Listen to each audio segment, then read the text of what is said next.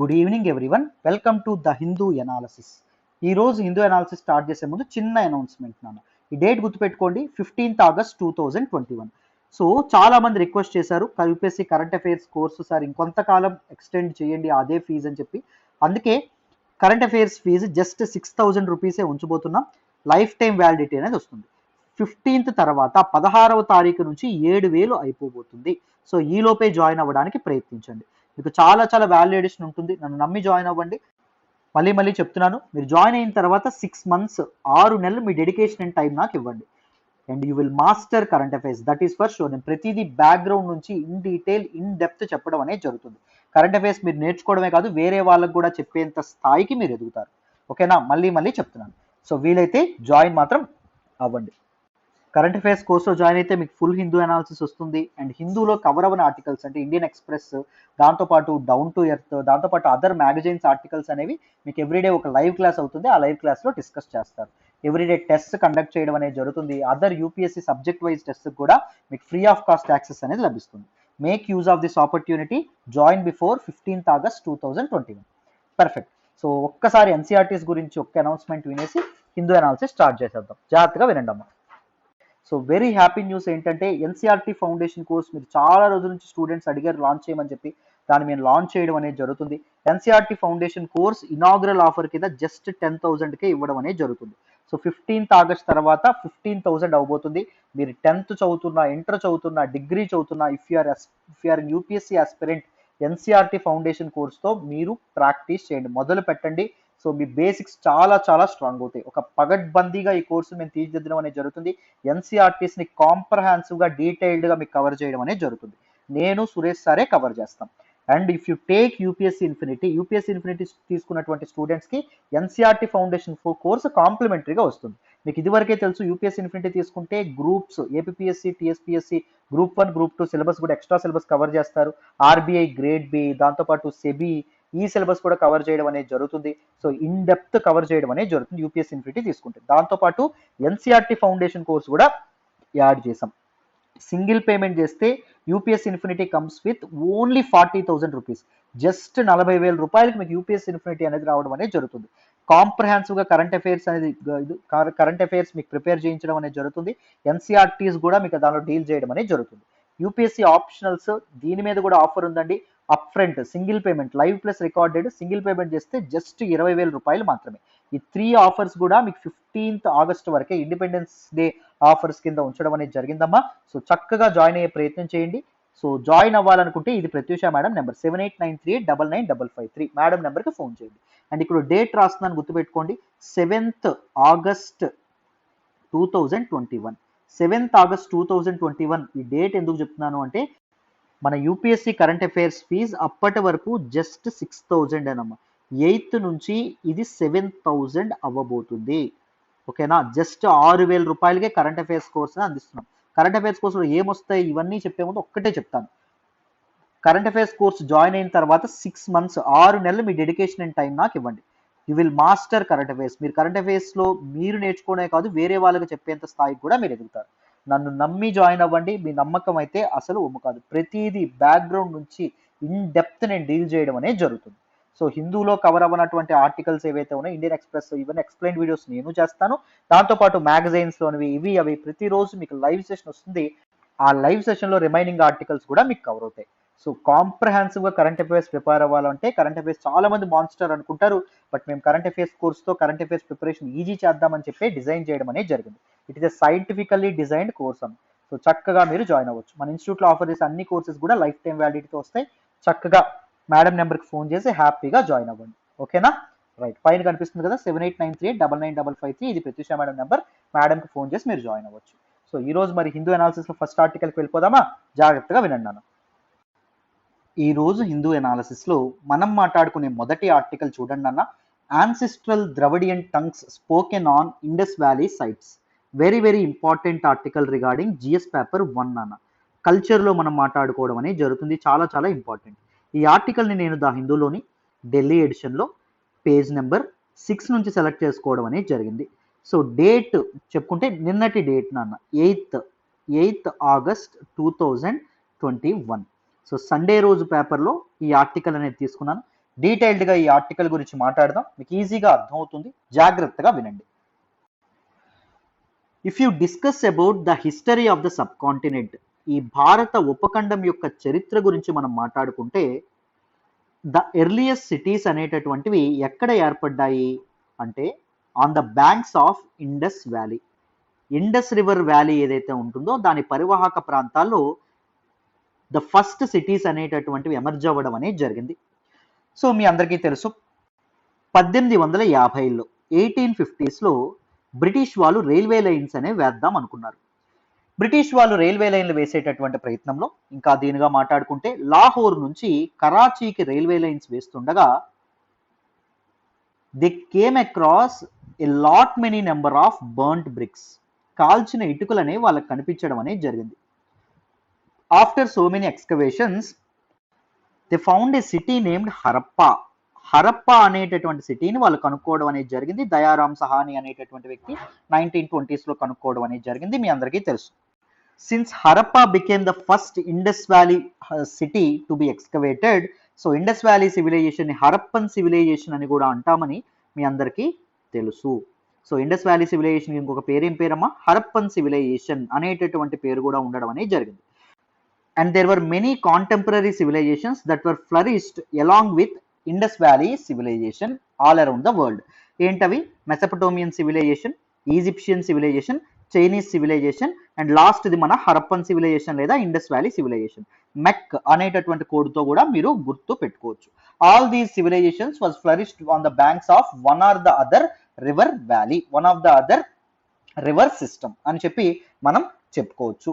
అయితే if we consider the languages spoken during Indus Valley civilization, we have no idea about those languages. Enduku? The scripts used by these Indus Valley people were not deciphered yet. Decipherment అంటే decoding అంటారండి.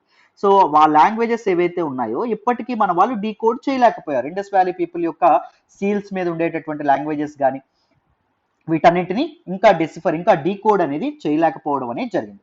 కానీ ఇప్పుడు న్యూస్లోకి ఎందుకు రావడం అనేది జరిగింది అంటే ఏ recent publication, రీసెంట్గా ఒక పబ్లికేషన్ అనేది రిలీజ్ అవ్వడం అనేది జరిగింది. It has provided crucial evidence that ancestral Dravidian languages were possibly spoken by a significant population in the Indus valley civilisation. Indus valley civilisation టైంలో ఉండేటటువంటి పీపుల్ ఎవరైతే ఉన్నారో, ప్రజలు ఎవరైతే ఉన్నారో, they have spoken ancestral Dravidian languages. So for each language there will be different families అండి. సపోజ్ మనం సాంస్క్రిట్ తీసుకుందాం అండ్ సాంస్క్రిట్తో పాటు మనం హిందీ తీసుకుందాం అండ్ దాంతోపాటు అస్సామీస్ తీసుకుందాం అండ్ దాంతోపాటు గుజరాతీ ఏదైతే ఉంటుందో గుజరాతీ తీసుకుందాం. These are some kind of languages and they belong to a family named Indo European languages. So ఈ ఫ్యామిలీకి చెందినటువంటి లాంగ్వేజెస్ ఇవి.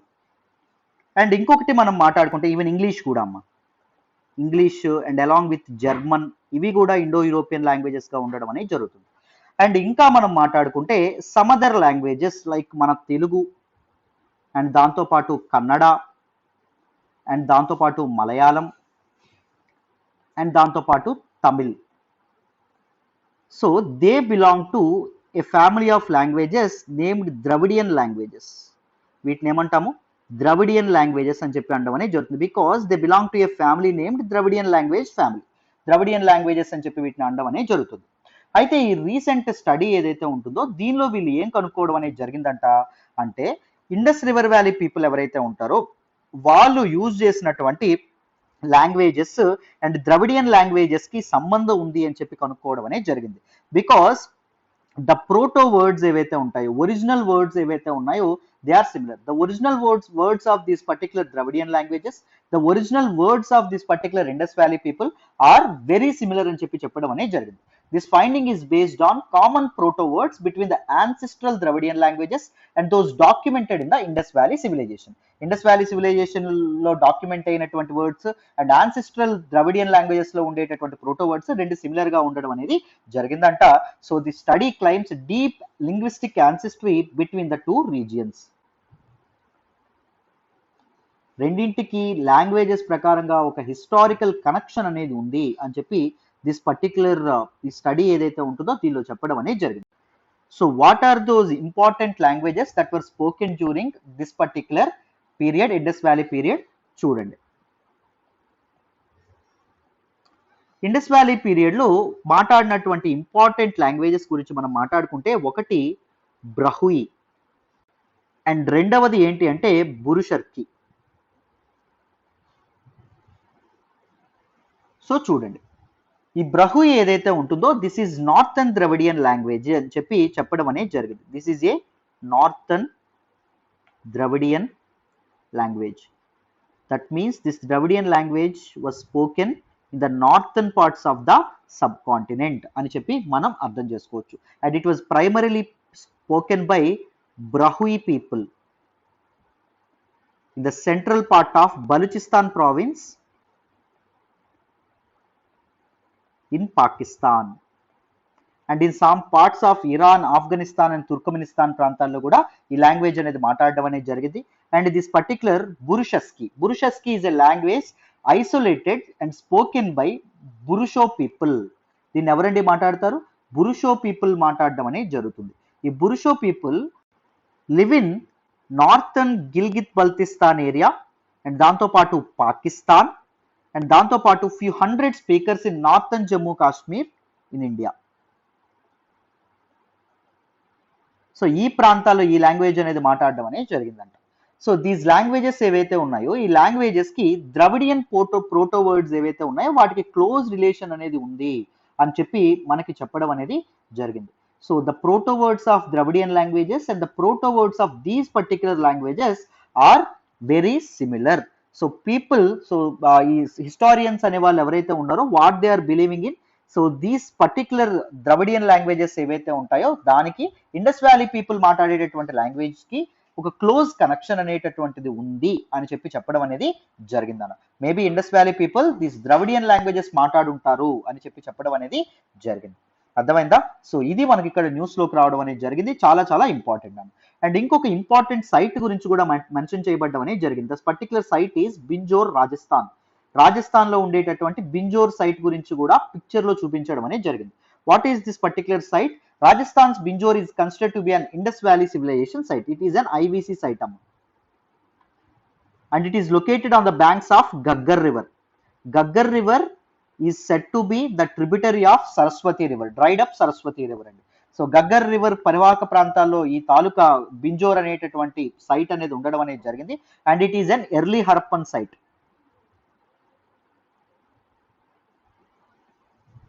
And archaeologists have come across signs of industrial activity going back at least 4,500 years ago in Rajasthan's Binjore. ఇక్కడ industrial activity, ఇక్కడ manufacturing sector అనేది, manufacturing units అనేవి కూడా ఇక్కడ ఉండడం అనేది జరిగింది అని చెప్పి మన తాలూకా హిస్టారియన్స్ అండ్ ఆర్కియాలజిస్ట్ ఎవరైతే ఉంటారో వాళ్ళు చెప్పడం అనేది జరిగిందండి. సో ఇక్కడ ఇండస్ట్రియల్ యాక్టివిటీను this particular site Rajasthan Binjor లో we have found some signs of industrial activity అని చెప్పి హిస్టారియన్స్ చెప్పడం అనేది జరిగింది. ఇది మనకి ఇప్పుడు న్యూస్ లోకి రావడం అనేది జరిగిందండి. చాలా చాలా చాలా ఇంపార్టెంట్. యూ విల్ గెట్, మీకు గుర్తుపెట్టుకోండి, ఏ మన స్టాటిక్ సబ్జెక్ట్ అయినప్పటికీ కరెంట్ అఫైర్స్ రిలేట్ చేసి క్వశ్చన్స్ ఇస్తారు. సో ఇండస్ వ్యాలీ సివిలైజేషన్ అనేది చాలా చాలా సార్లు న్యూస్ లో ఉండడం అనేది జరిగింది. రీసెంట్ గా ధోలవీరా ఏదైతే ఉంటుందో ధోలవీరా అనేటటువంటి సైట్ కి యునెస్కో వరల్డ్ హెరిటేజ్ సైట్ గా గుర్తింపు లభించడం కానీ, దాంతోపాటు డైరీ ప్రొడక్ట్స్ అనేవి ఇండస్ వ్యాలీ పీపుల్ వాడేవాళ్ళు అని చెప్పి రీసెంట్ గా స్టడీ అనేది రావడం అనేది జరిగింది.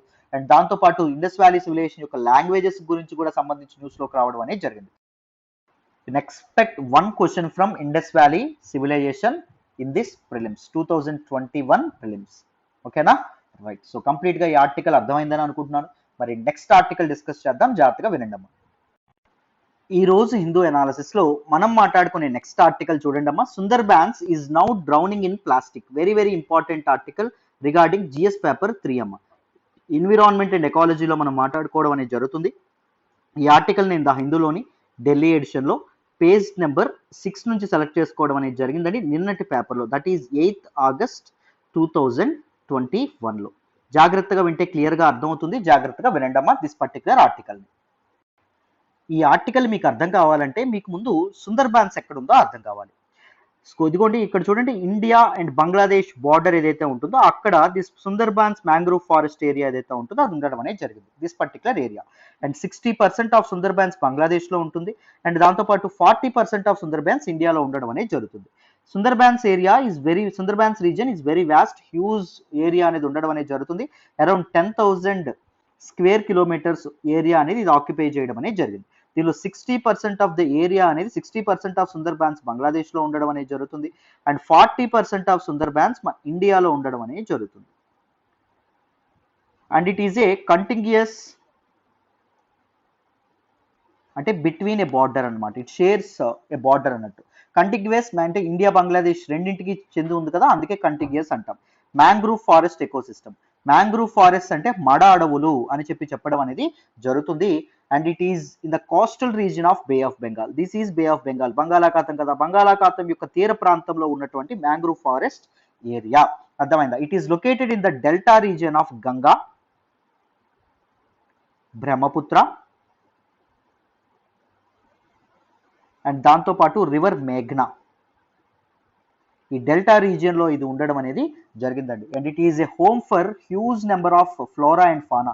చాలా చాలా ప్లాంట్ స్పీసీస్, చాలా చాలా యానిమల్ స్పీసీస్ ఇక్కడ ఉండడం అనేది జరుగుతుందమ్మా. అర్థమైందా? అండ్ దాంతోపాటు 60% ఆఫ్ ఇండియాస్ మ్యాంగ్రూవ్ కవర్ ఏదైతే ఉంటుందో అది సుందర్బాన్స్ లోనే ఉండడం అనేది జరిగింది. And it is recognized as UNESCO's world heritage site in 1987. దీనికి యునెస్కోస్ వరల్డ్ హెరిటేజ్ సైట్ గుర్తింపు కూడా లభించడం అనేది జరిగింది. ఎప్పుడు? 1987. అండ్ వెరీ ఇంపార్టెంట్ ఏంటంటే Sundarbans is home for well famous royal Bengal tiger అండి. సో రాయల్ బెంగాల్ టైగర్ అనేది ఎక్కువగా మనకు సుందర్బాన్స్ లో కనిపించడం అనేది జరుగుతుంది. And other numerous species of animals like మనకి చితాల్ డీర్ మనం చూసుకున్నా, ఇది ఒక లేడీ. దాంతోపాటు క్రోకడైల్స్ చూసుకున్నా, చాలా చాలా క్రోకడైల్స్ కూడా ఇది హోమ్ గా ఉండడం అనేది జరిగింది. And snakes also, different species of snakes కూడా ఇది హోమ్ గా ఉండడం అనేది జరిగింది. కానీ క్లైమేట్ చేంజ్ ఏదైతే ఉంటుందో, గ్రీన్ హౌస్ గ్యాసెస్ అనేవి పెరగడం వల్ల క్లైమేట్ చేంజ్ యొక్క యాడ్వర్స్ ఎఫెక్ట్స్ అనే సుందర్బాన్స్ మీద చాలా చాలా తీవ్రమైనటువంటి ప్రభావం చూపించడం అనేది జరుగుతుంది. అండ్ దాంతోపాటు వైడ్ స్ప్రెడ్ కన్స్ట్రక్షన్ యాక్టివిటీస్, ఇక్కడ జరుగుతున్నటువంటి చాలా construction activities and destruction of mangroves, మడ అడవులు చాలా చాలా డిస్ట్రక్షన్ గురవ్వడం అనేది జరుగుతుంది. సో దానివల్ల it is this place was in concern, ఒక కన్జర్వేటివ్ సైట్ గా కూడా దీన్ని ఏర్పాటు చేద్దామని చెప్పి అనుకోవడం అనేది జరిగింది. అర్థమైందా? So 60% of India's mangrove cover అనేటటువంటిది సుందర్బాన్స్ లోనే ఉండడం అనేది జరిగింది. It is UNESCO's world heritage site the recognition ఎప్పుడు వచ్చింది? 1987లో రావడం అనేది జరిగింది. అర్థమైందా? Right. So these are some important facts about Sundarbans. మరి ఇప్పుడు న్యూస్లోకి ఏమొచ్చిందో చెప్తాను, వినండి. సో న్యూస్లోకి ఏమొచ్చింది అంటే the article is talking about plastic pollution in the Sundarbans. Sundarbans లో ప్లాస్టిక్ పొల్యూషన్ అనేది విపరీతంగా పెరుగుతుంది అని చెప్పడం అనేది జరిగిందండి. సో మీకు అందరికీ రీసెంట్ గా తెలుసు, ఈ సుందర్బాన్స్ ముఖ్యంగా ఈ బే ఆఫ్ బెంగాల్ కోస్ట్ ఏదైతే ఉంటుందో it is vulnerable to many cyclones. చాలా చాలా సైక్లోన్స్ కి ఇది వల్నరబుల్ గా ఉండడం అనేది జరిగింది. చాలా తుఫాన్లు వస్తూ ఉంటాయి. రీసెంట్ గా వచ్చినటువంటి సైక్లోన్ యాస్ కానీ, ఆ ముందు వచ్చినటువంటి సైక్లోన్ అంఫాన్ ఏదైతే ఉంటుందో అంఫాన్, ఈ ఈస్టర్న్ కోస్ట్ ఏదైతే ఉంటుందో కోరమండల్ కోస్ట్ ని కంప్లీట్ గా డిస్ట్రాయ్ చేయడం అనేది జరిగింది. అర్థమైందా? సో రీసెంట్ గా సైక్లోన్ యాస్, తర్వాత సైక్లోన్ అంఫాన్ వచ్చినప్పుడు సో చాలా చాలా సపోర్ట్ అనేది ఉండడం అనేది జరిగింది. చాలా చాలా రిలీఫ్ మెజర్స్ అనేవి తీసుకున్నారు. అండ్ ఈ ప్యాకేజ్డ్ ఫుడ్ కానీ, ప్యాకేజ్డ్ డ్రింకింగ్ వాటర్ కానీ ఇవన్నీ వాళ్ళకి సపోర్ట్, ఇవన్నీ వాళ్ళకి పంపించడం అనేది జరిగింది. బట్ కానీ దిస్ పర్టికులర్ రిలీఫ్ మెటీరియల్స్ ఏవైతే ఉన్నాయో because they are unregulated, the unregulated inflow of relief materials వల్ల it resulted in accumulation of plastic waste in the Sundarbans. So Sundarbans లో చాలా చాలా ప్లాస్టిక్ వేస్ట్ అనేది అక్యుములేట్ అయిందని చెప్తున్నారు. సో ఈ ప్లాస్టిక్ వల్ల సుందర్బాన్స్ అనేది in the wedge of destruction అని కూడా చెప్పడం అనేది జరిగింది. Large amounts of plastic waste has been observed in the remote areas of the Sundarbans. Remote areas like Gosaba and దాంతోపాటు మౌసూని అండ్ దాంతోపాటు బాలి అండ్ దాంతోపాటు పతార్ ప్రతిమ అండ్ దాంతోపాటు కుల్తాలి అనేటటువంటి ప్లేసెస్లో ఈ ప్లాస్టిక్ అనేది విపరీతంగా అక్యుములేట్ అయిపోయింది అని చెప్పి మనకు చెప్పడం అనేది జరిగింది. చాలా చాలా ఎన్జిఓస్ కానీ, ఎక్స్పర్ట్స్ కానీ and other district police and forest department officials ఎవరైతే ఉన్నారో వాళ్ళు దీన్ని పాయింట్అవుట్ చేయడం అనేది జరిగింది. It is a concern for the fragile ecosystem because it చాలా ఎక్కువ ఫ్లోరా అండ్ ఫానా ఉన్నటువంటి, it is home to a large species of flora and fauna అని చెప్పి మనం చెప్పుకోవడం అనేది జరిగింది. దిస్ ప్లాస్టిక్ అక్యుములేషన్ ఏదైతే ఉంటుందో it is a serious concern, great concern అని చెప్పి వీళ్ళందరూ చెప్పడం అనేది జరిగింది. So what are different concerns అంటే plastic in the Sundarbans would have become both short term as well as long term ecological impact on the Sundarbans ecosystem. So Sundarbans ecosystem పైన which is very fragile and which is vulnerable ecosystem, దీనిపైన both short term impact అనేది కూడా చూపిస్తుంది and దాంతోపాటు long term impact కూడా ఈ plastic accumulation అనేది చూపిస్తుంది అని చెప్పి మనకి దీనిలో చెప్పడం అనేది జరిగింది. సో ఈ ప్లాస్టిక్ అనేది ఉండడం వల్ల సెలైన్ వాటర్లో ప్లాస్టిక్ అనేది ఎక్కువగా ఉంటే వాటర్ యొక్క టాక్సిసిటీ అనేది పెరగడం అనేది జరుగుతుంది, విషపూరితం అవ్వడం అనేది జరుగుతుంది. అండ్ దాంతోపాటు it will also contribute to eutrophication of water. Eutrophication అంటే ఏంటమ్మా?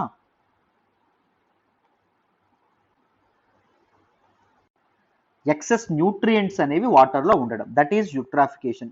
ఎక్సెస్ అవసరమైన దానికంటే ఎక్కువ న్యూట్రియంట్స్ అనేవి ఉంటే కూడా చాలా ప్రాబ్లం ఏర్పడడం అనేది జరుగుతుంది, వాటర్ యొక్క టాక్సిసిటీ అనేది పెరుగుతుంది. And it will also affect local fauna. So ఈ యానిమల్స్ ఏవైతే ఉన్నాయో ఈ టాక్సిక్ వాటర్ని తాగినప్పుడు కానీ లేకపోతే ప్లాస్టిక్ని కన్జ్యూమ్ చేస్తే వాళ్ళ హెల్త్ మీద కూడా చాలా చాలా ఇంపాక్ట్ అనేది పెరుగుతుంది. And the break down of plastics అనేవి బ్రేక్ డౌన్ అయితే వాటర్లో మైక్రో ప్లాస్టిక్స్ అనేవి పెరుగుతాయండి. మైక్రో ప్లాస్టిక్స్తో ఉన్నటువంటి వాటర్ని ప్యూరిఫై చేయడం చాలా చాలా కష్టం. So it will subsequently enter the food సిస్టంలోకి ఎంటర్ అవుతుంది అండ్ హ్యూమన్ హెల్త్ కూడా చాలా చాలా ప్రాబ్లం ఏర్పడడం అనేది జరుగుతుంది. అండ్ దాంతోపాటు సుందర్బాన్స్ అనేది సీకి కనెక్టెడ్, బే ఆఫ్ బెంగాల్ ఏదైతే ఉంటుందో దానికి connected.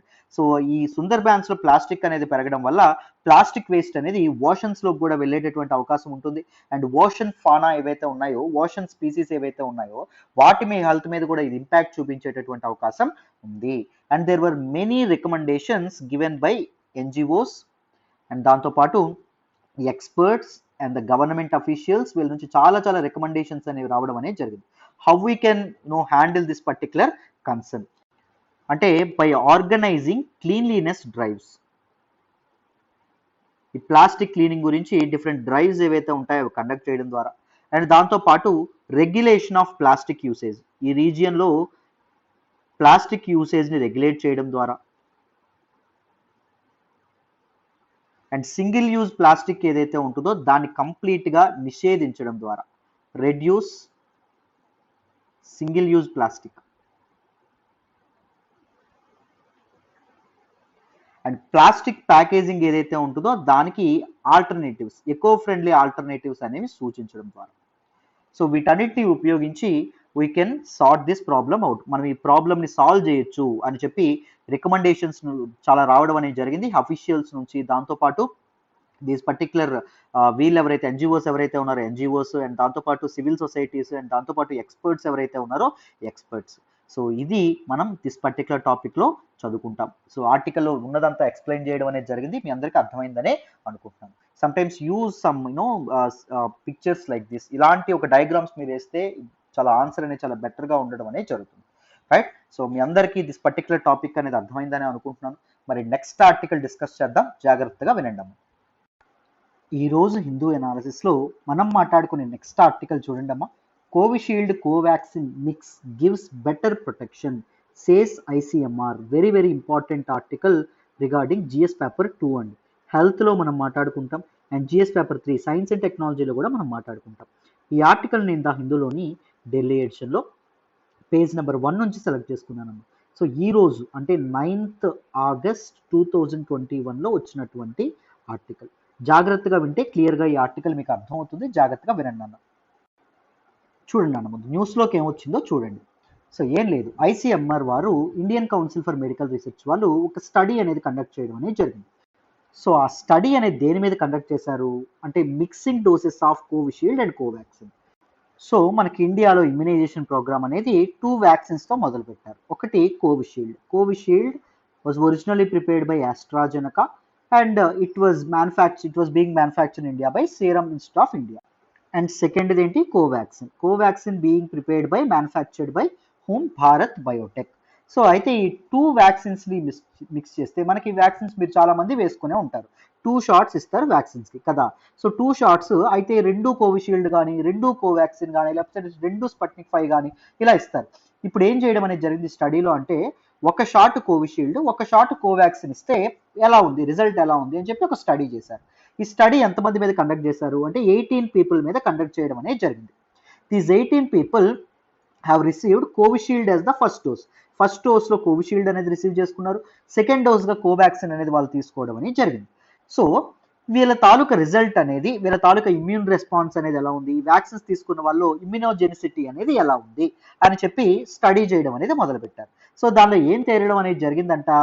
So those who ever these 18 people ఎవరైతే ఈ మిక్సింగ్ ఆఫ్ డోసెస్ అనేది తీసుకోవడం అనేది జరిగిందో వాళ్ళు బెటర్ ఇమ్యూనోజెనిసిటీ అనేది కనిపించడం అనేది జరిగిందంట. అర్థమైందా? అంటే సేమ్ వ్యాక్సిన్ యొక్క సేమ్ డోసెస్ తీసుకున్న వాళ్ళకంటే మిక్స్డ్ డోసెస్ తీసుకున్న వాళ్ళు 18 మెంబర్స్లో బెటర్ ఇమ్యూనోజెనిసిటీ అనేది కనిపించిందంట. Those received different vaccines also showed superior immunogenicity against the Delta variant. So delta variant మనకి సెకండ్ వేవ్ కారణమైనటువంటి డెల్టా వేరియంట్ ఏదైతే ఉంటుందో దానికి ఎగెనిస్ట్గా కూడా ఓన్లీ సింగిల్ డోస్ తీసుకున్న వాళ్ళు కూడా, అంటే ఓన్లీ కోవిషీల్డ్ తీసుకున్న వాళ్ళు అండ్ ఓన్లీ కోవాక్సిన్ తీసుకున్న వాళ్ళు కూడా బెటర్ ఇమ్యూనోజెనిసిటీ వచ్చింది. బట్ మిక్స్డ్ తీసుకున్న వాళ్ళు ఎవరైతే ఉన్నారో ఇంకాస్త బెటర్గా ఉంది అని చెప్తున్నారు. Neutralizing antibody response of the group which received the two different vaccines was significantly higher. చూడండి, 2 different vaccines ని 2 doses గా తీసుకున్న వాళ్ళు దిస్ ఇమ్యూనోజెనిసిటీ ఏదైతే ఉంటుందో, యాంటీబాడీస్ ఏవైతే ఉన్నాయో ఎక్కువ యాంటీబాడీస్ అనేవి రిలీజ్ అయ్యాయంట compare to that groups that receive 2 doses of the same vaccine. Same vaccine కి చెందినటువంటి 2 doses, ఒకే వ్యాక్సిన్ కి చెందినటువంటి డోసెస్ ని తీసుకున్నటువంటి వాళ్ళకంటే ఈ 2 వేరు వేరు వ్యాక్సిన్స్ 2 డోసులుగా తీసుకున్న వాళ్ళు ఎవరైతే ఉన్నారో వాళ్ళ బెటర్ ఇమ్యూనోజెనిసిటీ అనేది మనకు కనిపించడం అనేది జరిగింది అని చెప్పి మనకి చెప్పడం అనేది జరిగింది. దాంతోపాటు ఏం చెప్పారు, if you mix 2 vaccines, that is 1 vaccine made up of adenovirus వెక్టార్తో తయారు చేసినటువంటి వ్యాక్సిన్ అండ్ దాంతోపాటు weakening the SARS-CoV-2, 1 vaccine that is manufactured in a conventional way. Conventional అంటే మామూలుగా ప్రతిసారి ఎలా తయారు చేస్తారు వ్యాక్సిన్స్ని, ఆ వైరస్ ఏదైతే ఉంటుందో దాన్ని వీకన్ చేస్తారన్నమాట. అర్థమైందా? సో ఈ రెండింటినీ కలపడం. అడెనో వైరస్ అంటే ఏంటి అంటే it causes the virus which causes cold in చింపాంజీలో కోల్డ్ కాజ్ చేసేటటువంటి ఒక వైరస్ అమ్మ.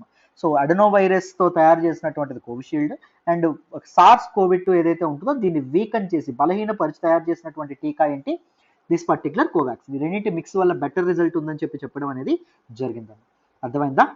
In its study, the ICMR compared the safety and immunogenicity profiles of these persons against that of individuals receiving only one of the vaccines, either Covishield or Covaxin.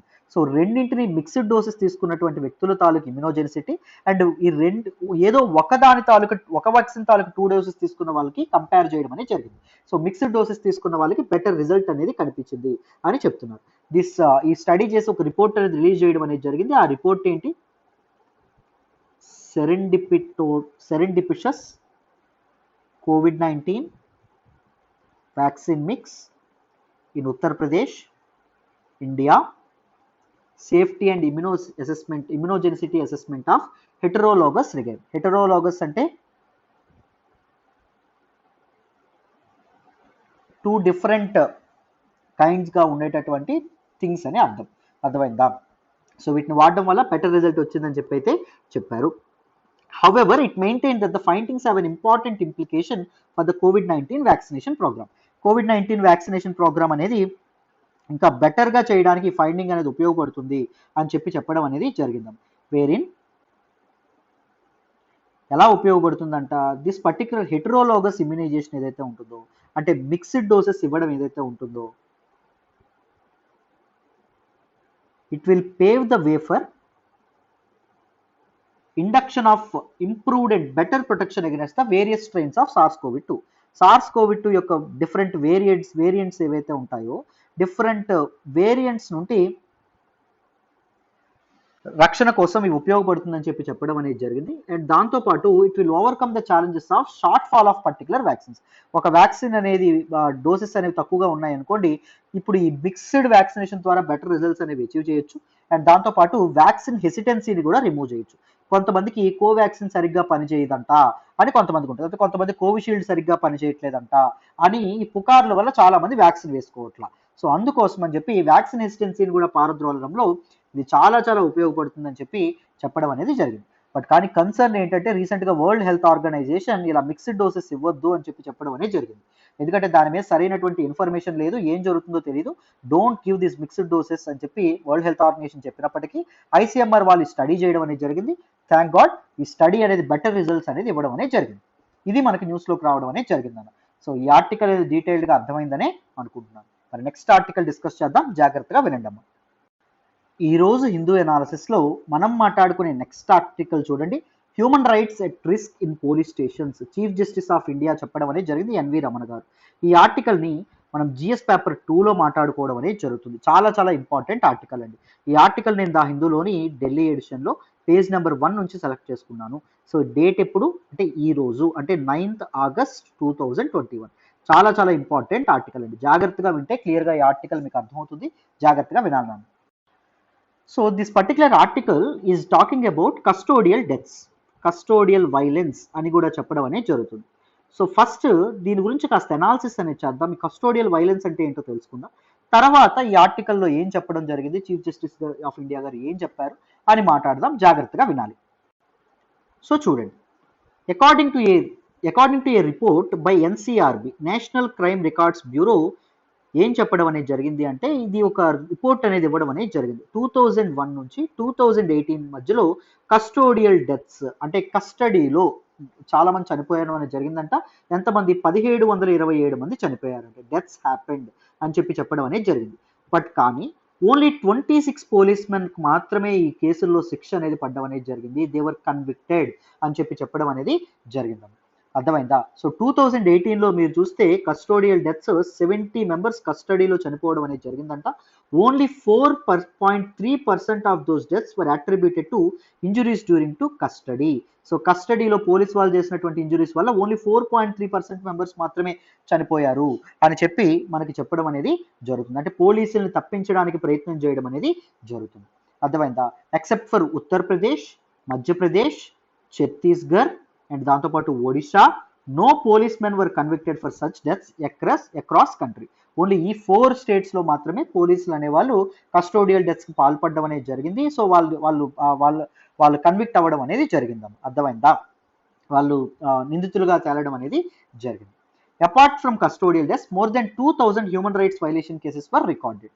So ఈ కస్టడీస్లో 2600 human rights violations అనే మానవ హక్కులు ఏవైతే ఉన్నాయో ఉల్లంఘించబడ్డాయి అని చెప్పడం అనేది జరిగింది. అర్థమైందా? కానీ ఓన్లీ 344 2600 కేసెస్ అనేవి జరిగినప్పటికీ ఓన్లీ 344 పోలీస్ మెన్ మాత్రమే కన్విక్ట్ అవ్వడం అనేది జరిగింది. వీళ్ళ మీద మాత్రమే శిక్ష పడడం అనేది జరిగింది అని చెప్తున్నారు. అర్థమైందా? And why there is low conviction rate, ఎందుకు తక్కువ మంది ఇదవ్వడం అనేది జరుగుతుంది, తక్కువ మందికి శిక్ష పడడం అనేది జరుగుతుంది. Most of the custodial deaths were attributed to reasons other than custodial torture. So కస్టడీలో చనిపోయిన వాళ్ళు ఎవరైతే ఉంటారో వాళ్ళ చావుల్ని కస్టోడియల్ టార్చర్కి లింక్ పెట్టకుండా వేరే వాటికి లింక్ పెడుతున్నారు. అంటే సూసైడ్ అని చెప్తారు, లేకపోతే ట్రీట్మెంట్ ఇస్తుండగా హాస్పిటల్లో చనిపోవడం అనేది జరిగింది, అనారోగ్యంతో చనిపోవడం అనేది జరిగింది అని రిపోర్ట్స్ రాయడం అనేది జరుగుతుంది. And why there were custodial violence instances అనేవి ఎందుకు ఉండడం అనేది జరిగింది? Because there is an absence of strong legislation. ఒక స్ట్రాంగ్ లెజిస్లేషన్, ఒక స్ట్రిక్ట్ చట్టం ఏదైతే ఉంటుందో చట్టం అనేది లేకపోవడం వల్ల. India does not have any anti torture legislation. Anti torture legislation ఒక చట్టం అనేది ఇండియాలో లేదు. And it is yet to criminalize custodial violence. Custodial violence ఇంకా క్రిమినలైజ్ చేయలేదు. ఇంకా దాన్ని క్రిమినలైజ్ చేయకపోవడం అనేది చాలా ఘోరాతిఘోరం అని మనం అర్థం చేసుకోవచ్చు. అర్థమైందా? అండ్ దాంతోపాటు ఇన్స్టిట్యూషనల్ ఛాలెంజెస్ కూడా ఉండడం అనేది జరిగింది. What are those institutional challenges? చాలా చాలా సవాళ్ళు ఉన్నాయండి. సపోజ్ ఎగ్జాంపుల్ కింద చూసుకుంటే the entire prison system is inherently opaque, giving less room to transparency. ప్రిజన్స్లో ట్రాన్స్పరెన్సీ అనేది తక్కువగా ఉంటుంది. మనకి ప్రిజన్స్లో ఏం జరుగుతుంది, ఎలా జరుగుతుందని తెలుసుకోవడం చాలా చాలా కష్టం. స్ట్రిక్ట్ డాక్యుమెంటేషన్ ఉంటుంది. అండ్ దాంతోపాటు సూపరింటెండెంట్ ఆఫ్ కన్సర్న్ జైల్ పేరు మీద ₹1,00,000 మీరు డిపాజిట్ చేయాల్సిన, ఇది కూడా పర్మిషన్ తీసుకోవడానికి డిపాజిట్ కూడా చేయాల్సినటువంటి అవసరం అనేది ఉంటుంది. అండ్ నో రికార్డ్స్, డాక్యుమెంట్స్ చాలా చాలా సబ్మిట్ చేయాల్సి ఉండడం అనేది జరుగుతుందమ్మా. So these are important problems. Overcrowding of these prisons ఏవైతే ఉన్నాయో అవి కానీ, సేఫ్టీ అనేది లేకపోవడం, ఇలాంటివి. And excessive force. పోలీసులు ఏమనుకుంటారంటే నిజాలు రాబట్టడానికి టార్చర్ పెడితే నిజాలు వచ్చేస్తాయని చెప్పడం అనేది జరుగుతుంది. The use of excessive force including torture targeting marginalised communities. So తక్కువ అణగారిన వర్గాల మీద ఎక్కువగా అటాక్స్ అనేవి చేస్తూ ఉంటారు. అండ్ దాంతోపాటు హ్యూమన్ రైట్స్ వైలేషన్స్ కూడా ఇది అవ్వడం అనేది జరుగుతుంది. అర్థమైందా? And not adhering to international standards. And these people are not adhering to international standards. ఇవన్నీ ఎవరి వల్ల వచ్చాయంటే మన తాలూకు బ్రిటిష్ వాళ్ళు వచ్చాయండి. Britishers use to torture our people. So ఆ టార్చర్ అనేది మన పోలీస్ సిస్టమ్ కూడా పాకడం అనేది జరిగింది. అఫ్ కోర్స్ ఇండియా అనేది United Nations convention against torture దీన్ని సైన్ చేసినప్పటికీ 1997లో దాన్ని ఇంకా రాటిఫై అనేది చేయలేదు, అంటే ఆమోదం అనేది ఇంప్లిమెంటేషన్ అనేది చేయలేదు. And that is also one of the very important problem అండి. And this particular custodial violence కి కాన్స్టిట్యూషనల్ సేఫ్ గార్డ్స్ కూడా ఉండడం అనేది జరిగింది. There is protection from torture అండి. Article 21 right to life and personal liberty ఏం చెప్తుంది అంటే it gives protection from torture. So it is a fundamental right గా మనం ఆలోచించవచ్చు. అండ్ దాంతోపాటు రైట్ టు కౌన్సిలింగ్ ద్వారా ఒక సమస్యకి పరిష్కారం అనేది తీసుకురావాలి, కానీ బై ఫోర్స్ అనేది తీసుకురాకూడదు అని చెప్పి article 22 clause 1 of the constitution అనేటటువంటిది చెప్తున్నాం. So these were some important constitutional protections అనేవి ఉన్నప్పటికీ బట్ అవి నిజంగా అమలు అవుతున్నాయంటే అమలు అవ్వట్లేదు. పోలీస్ రిఫార్మ్స్ అనేవి తప్పకుండా తీసుకురావాలి. అండ్ దీస్ పోలీసులు ఎవరైతే ఉన్నారో అఫీషియల్స్ ఎవరైతే ఉన్నారో వాళ్ళు ఎడ్యుకేట్ చేయడం, ట్రైన్ చేయడం అనేది జరగాలండి. అర్థమైందా? అప్పుడే పోలీసులు బెటర్గా ప్రవర్తించడం అనేది జరుగుతుంది. దిస్ కస్టోడియల్ వైలెన్స్ ఏదైతే ఉంటుందో దానికి పాల్పడకుండా ఉండడం అనేది జరుగుతుంది. దాంతోపాటు యాక్సెస్ టు ప్రిజన్ సిస్టమ్స్ ఏవైతే ఉన్నాయో సో వాటిలో ట్రాన్స్పరెన్సీ అనేది పెంచాలి. సీసీటీవీ కెమెరాస్ ఏవైతే ఉన్నాయో వాటిని ఇన్స్టాల్ చేయడం కానీ, లేకపోతే దీస్ నాన్ ఆఫీస్ విజిటర్స్ ఎవరైతే ఉన్నారో వాళ్ళని ఎప్పటికప్పుడు ఇది చేయడం కానీ, and unrestricted and regular access to independent and qualified persons. These qualified persons ఎవరైతే ఉన్నారో వాళ్ళని ఎప్పటికప్పుడు ఎలో చేయడం కానీ, ఈ లోపల ఏం జరుగుతుందో తెలుసుకునేటట్టు చేయడం కానీ చేయాలి. They should ensure transparency. By ensuring transparency these custodial violences ఏవైతే ఉన్నాయో వాటిని మనం కంట్రోల్ చేయొచ్చు. So this is all about custodial violence. మరి ఇప్పుడు న్యూస్లోకి ఎందుకు వచ్చిందో మనం ఇక్కడ మాట్లాడాలి. చూడండి, మన చీఫ్ జస్టిస్ ఆఫ్ ఇండియా గారు ఏం చెప్పారు అంటే police stations pose the highest threats to human rights and dignity. మానవ హక్కులు ఏవైతే ఉన్నాయో మానవ హక్కులు and dignity of human beings ఏవైతే ఉన్నాయో అవి ఇక్కడ పోలీస్ స్టేషన్లో పూర్తిగా అణగారిపోవడం అనేది జరుగుతుంది. The threat to human rights and bodily integrity is the highest in police stations. So human రైట్స్కి వైలేషన్స్ అనేవి జరగడం అనేది జరుగుతుంది. హ్యూమన్ రైట్స్కి భంగం కూడా పోలీస్ స్టేషన్లో వాటిల్లడం అనేది జరుగుతుంది.